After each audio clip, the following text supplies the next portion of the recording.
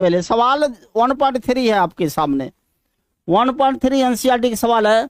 करा जांच द्वारा सुनिश्चित कीजिए कि के स्क्वायर बाय MEMP बीमाहीन है। GMEMP बीमाहीन है। भौतिक नियतांकों की सारणी देखकर, ऐसा नहीं करने का, सारणी मेरे माइंड में चलने का क्या होता। देखो अब देखो, इसको अच्छा समझाता हूं। बहुत बढ़िया सवाल है एनसीईआरटी का।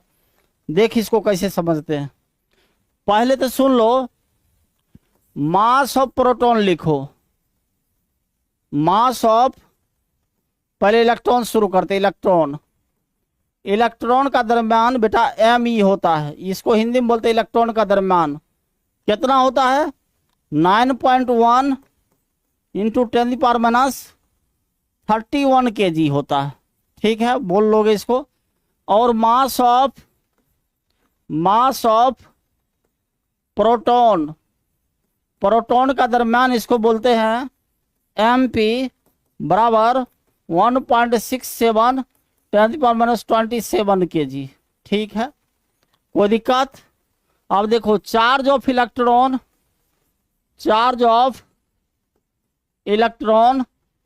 इलेक्ट्रॉन का चार्ज जो होता है, इलेक्ट्रॉन का चार्ज E से डिनोट करते हैं। 1.6 माइनस में 10⁻19 कूलम होता है। पहले बेसिक फंडामेंटल्स रूल से सीखिए इसको।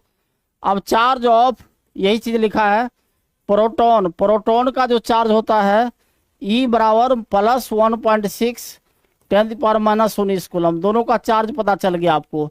इसको मान लो बेटा Q1, इसको मान लो Q2। ठीक है, यानी इलेक्ट्रॉन की इक्वल माना जाएगा। ठीक है, समझ गए यहां तक? अब देखो, पहले के स्क्वायर की बात किया है।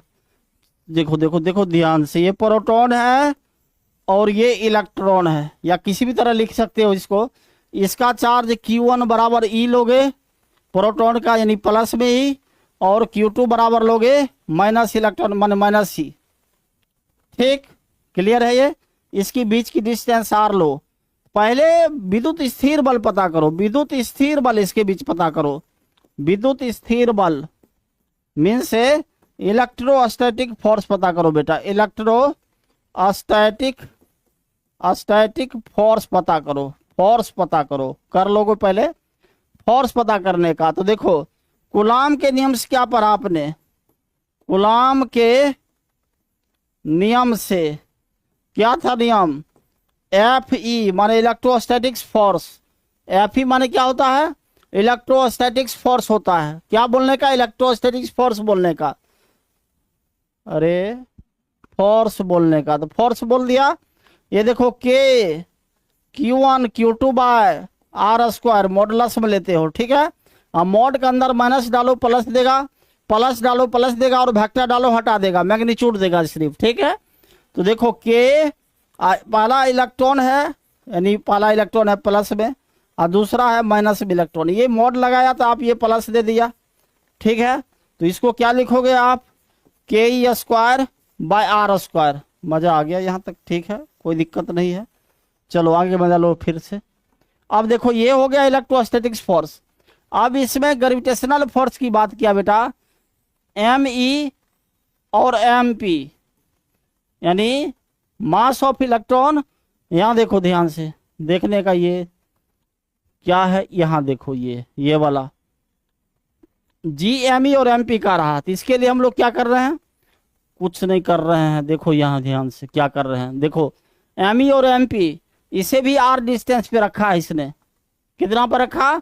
R डिस्टेंस पे। अब देखो, न्यूटन के गुरुत्वाकर्षण माने गुरुत्वाकर्षण के नियम से, गुरुत्वाकर्षण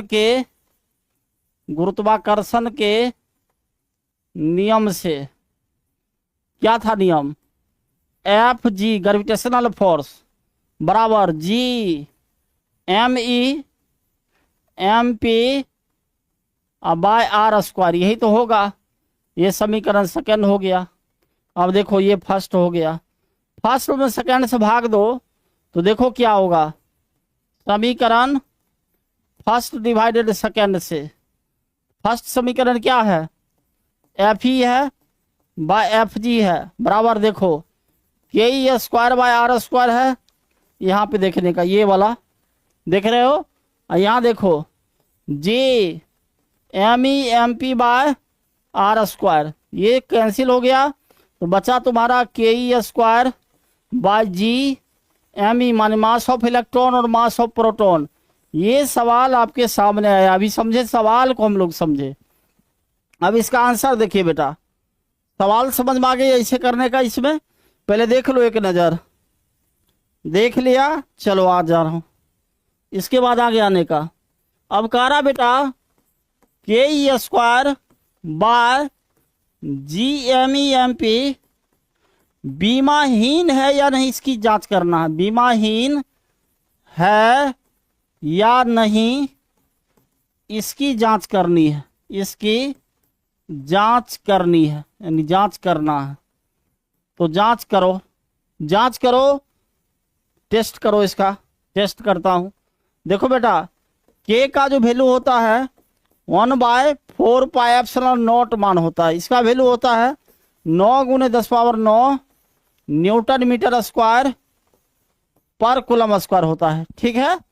और जी का वैल्यू होता है 6.67 6.67 × 10⁻⁻11 न्यूटन मीटर स्क्वायर पर केजी स्क्वायर होता है, ठीक।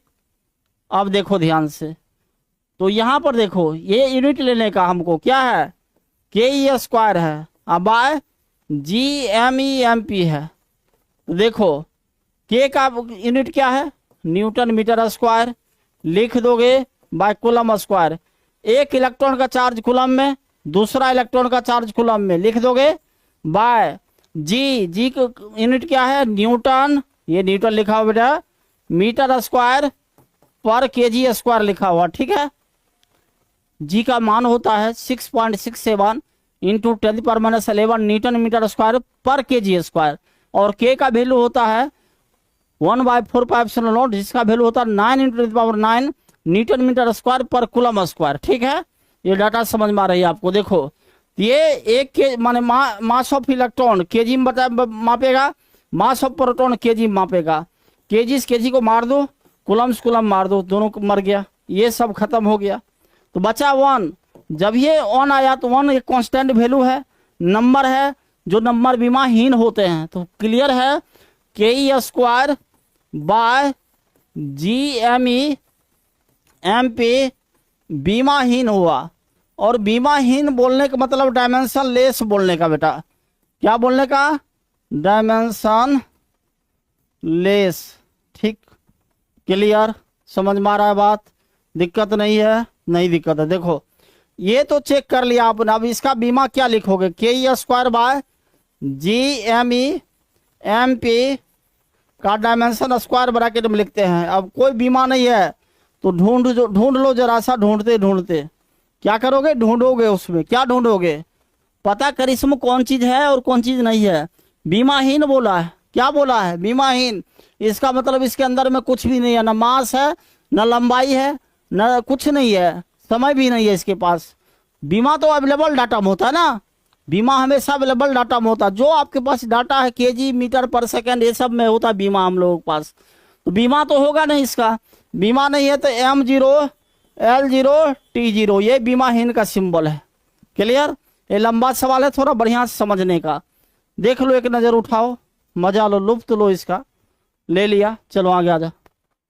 देख लिया, अरे बोलने का, देखो ये आगे आ जा। अब देखो इसका मान पूछा बेटा, k e square by G M E M p का मान कितना हो सकता है। तो देखो मान निकालेंगे हम लोग। तो मान कैसे निकालते हैं, क्या बोला, देख लिए, क्या देखा है, देखने वालों ने क्या क्या नहीं देखा होगा, बढ़िया से देखो, देखने वालों ने क्या क्या नहीं देखा होगा, अच्छा से देखो। देख लिया, वाह क्या देखते हो बेटा।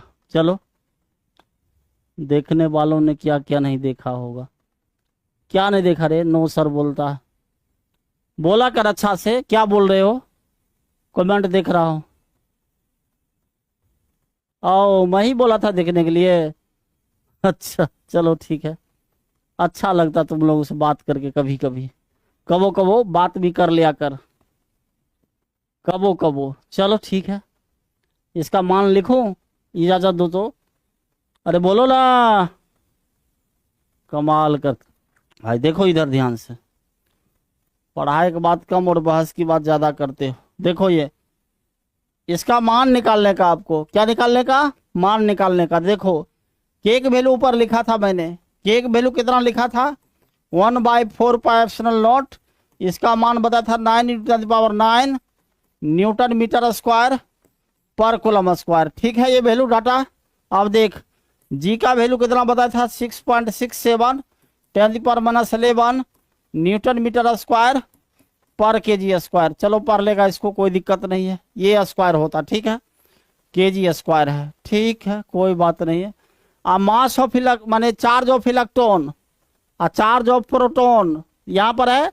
अब मास ऑफ इलेक्ट्रॉन और मास ऑफ प्रोटॉन नीचे है। देखने का एनसीईआरटी का सवाल है बेटा ये। तो देखो केक वैल्यू पहले लिखो, 9 × 10⁹ न्यूटन मीटर स्क्वायर पर कूलम स्क्वायर, ये तो लिख दिया। गुणे इलेक्ट्रॉन का चार्ज सिर्फ डालो यहाँ पर, 10⁻−19 कूलम, इसका स्क्वायर लिख देगा। क्योंकि इलेक्ट्रॉन का चार्ज पूछा, प्रोटॉन और इलेक्ट्रॉन का चार्ज दोनों के बराबर होता है। एक का प्लस में होता है प्रोटॉन का, और इलेक्ट्रॉन का माइनस में होता है। प्रोटॉन का क्या होता है, प्लस में, इलेक्ट्रॉन का माइनस में होता है। 1.6 × 10⁻−19 कूलम। ठीक है, क्लियर है यहाँ तक। चलो देखो आगे, देखने वालों ने क्या क्या नहीं देखा होगा। क्या बोला रे, अच्छा कोई तो है जो पहली बार बोला, मुझे भी आपसे बात करके अच्छा लगता है। चलो थैंक यू बेटा, थैंक यू, बहुत बहुत धन्यवाद आपको। जीवन में पहला बार कोई व्यक्ति मिला जो कहता है कि आपसे बात करके मुझे अच्छा लगता है। इससे पहले कोई नहीं मिला था। चलो ठीक है, अच्छा लगा। बेटा फोन नंबर लेकर क्या करोगे, पूरा नंबर लिखा हुआ है यूट्यूब पे, देख लो। चलो ठीक है, समझ गया। चैनल खोलोगे वहीं पे नंबर मिलेगा आपको, लिखा हुआ है। ठीक है, चलो किसी को है तो अच्छा लग रहा बात है। चलो देखो ये ke² बाय GMEMP, इसका वैल्यू रखो। इसका वैल्यू 6.67 × 10⁻11 न्यूटन मीटर स्क्वायर पर केजी स्क्वायर लिख दिया इतना। मास ऑफ इलेक्ट्रॉन बताओ, 9.1 × 10⁻31 kg। देखने का एनसीईआरटी का तीसरा सवाल है। ठीक है, गुणे मास ऑफ प्रोटॉन 1.67 × 10⁻27 kg, माने 27 kg माइनस में आएगा। ठीक है, और कुछ करने का नहीं, करने का नहीं, करने का नहीं, ये सब कट जाएगा। देखो कूलम स्क्वायर से ये वाला स्क्वायर है तो ये कटेगा, 2 कूलम स्क्वायर कट जाएगा। न्यूटन मीटर से ये सब कट जाएगा, यूनिट सब खत्म हो जाएगा। क्या खत्म हो जाएगा बेटा, यूनिट सब खत्म हो जाएगा। बचेगा तेरे पास क्या, ऊपर में ये वाला, नीचे में ये वाला माने ये वाला। देखो ध्यान से, 9 बचा, 1.6 क्या बार लिखेगा, 2 बार लिखेगा। गुणे 10⁻−19 माने 2 बार है ये, तो 10⁻−38 हो जाएगा।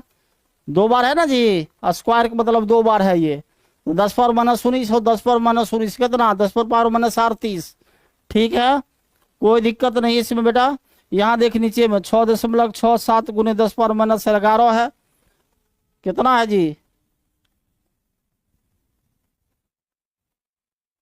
11 है। ठीक है, देखो 9.1 × 10⁻31 है, इंटू 1.67 10⁻27 है।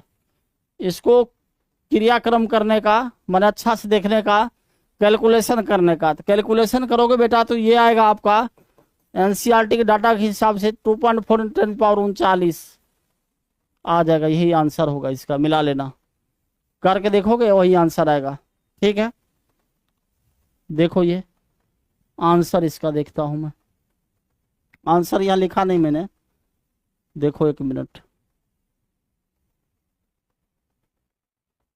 ये आंसर है नहीं यहाँ पे, मिला लेना एनसीईआरटी में। इसका तो बीमाहीन चेक मैंने कर दिया हूँ। देखो बीमाहीन चेक कैसे हुआ, कहाँ गया, ये बीमाहीन की जांच करनी है, ये बीमाहीन जांच हो गया, M0 L0 T0। अब देखो यहाँ ये इसका वैल्यू निकाल दिया, कितना निकला है, चलो देखो 2.4 इंटू 10⁻39। इसको कर लोगे, देखो -38 है, -27 है, नीचे से ऊपर जाएगा, माइनस प्लस में हो जाएगा, और -31 भी प्लस में जाएगा, ठीक है, -11 भी प्लस में जाएगा। तो कर सकते हो आप इजी वे में तरीका से, कोई बड़ी चीज़ नहीं है, आसान है। 2.4 इंटू 10⁻39, ठीक, इतना आएगा वैल्यू इसका। अब देखो थोड़ा सा आगे देखने का, थोड़ा सा ये न्यूमेरिकल था एनसीईआरटी का, ये क्या था, न्यूमेरिकल था। अब देखो यहाँ से